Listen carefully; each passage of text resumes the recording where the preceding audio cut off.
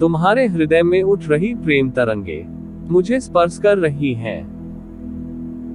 बस एक कदम दूर हो तुम उस दिव्य पर्दे से। मेरे बच्चे कैसे हो तुम, मैं देख रहा हूं। तुम स्वयं अपमान कर रहे हो मेरे बच्चे, तुम सभी काम कुशलता से करते हुए बस अपना ही ध्यान रखना भूल जाते हो, और यह बात 100% सत्य है। तुम सबकी बात सुनते हो, बस अपनी ही सुनना भूल जाते हो। मेरे प्रिय बच्चे सुना रहे हैं, स्वरूप किसी तीर्थ से कम नहीं है। मैं इसी तीर्थ हृदय में निवास करता हूँ, अर्थात तुम्हारे इसी हृदय में मैं निवास करता हूँ। जब तुम स्वयं को पीड़ा देते हो तो मुझे भी तो कष्ट होता है। मेरे बच्चे, जब तुम्हारी आंखें पवित्र धारा प्रवाहित कर रही थी, मैं तुम्हारे समीप खड़ा तुम्हें पुकार रहा था।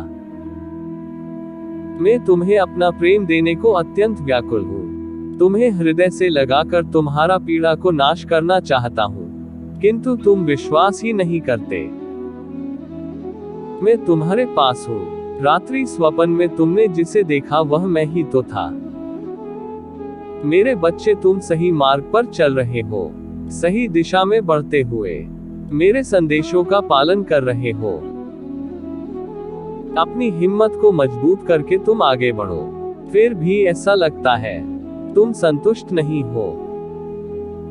एक प्रश्न है कि तुम्हारे हृदय में निरंतर चलता ही रहता है, मैं ईश्वर का स्मरण करता हूँ। मैंने आध्यात्मिक मार्ग स्वीकार कर लिया है। मैं सदा पुण्य कर्म करना हूँ, ईश्वर के संदेशों से उत्साहित रहता हूँ। फिर भी मेरे जीवन में संसाधन की कमी क्यों है? मुझे वह वस्तु क्यों नहीं मिल रही जो मैं चाहता हूँ? जो दुराचारी है और जो छल कपट करते हैं उन्हें सुख मिल रहा है, किंतु मैं ईश्वर से प्रार्थना करता हूँ। आध्यात्मिक मार्ग का चुनाव करके उस पर चल रहा हूँ, फिर भी बार बार मेरे जीवन में दुख क्यों आ जाता है? कुछ पल की प्रसन्नता और फिर एक बड़ा डैक। आखिर मेरे जीवन में इतना कष्ट क्यों लिखा है? मेरी क्या गलती है?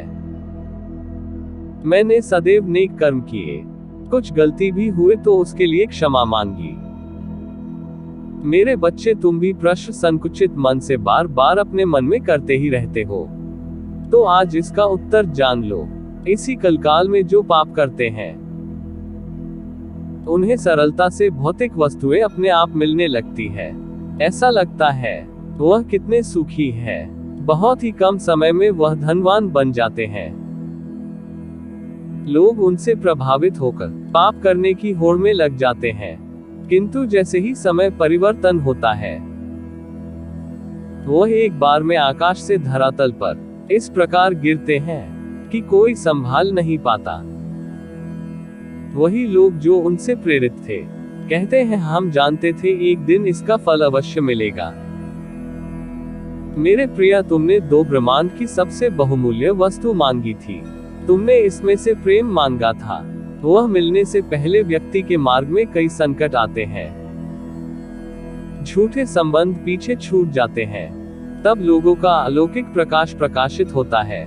मेरे प्रिय, तुम्हारे जीवन में जो दुख आता है वह पूर्व कर्मी को समाप्त करता है।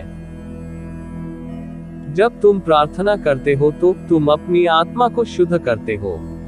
ऐसे में जो इन सभी व्यक्तियों से डरता नहीं है उसे सब कुछ अपने आप ही मिल जाता है।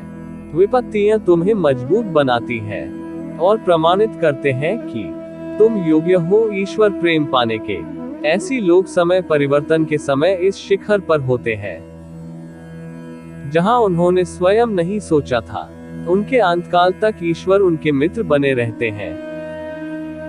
प्रेम का नियम बड़ा ही सरल है। प्रेम के बदले प्रेम। ईश्वर से प्रेम पाने के लिए पहले उनसे सच्चा प्रेम करके तो देखो।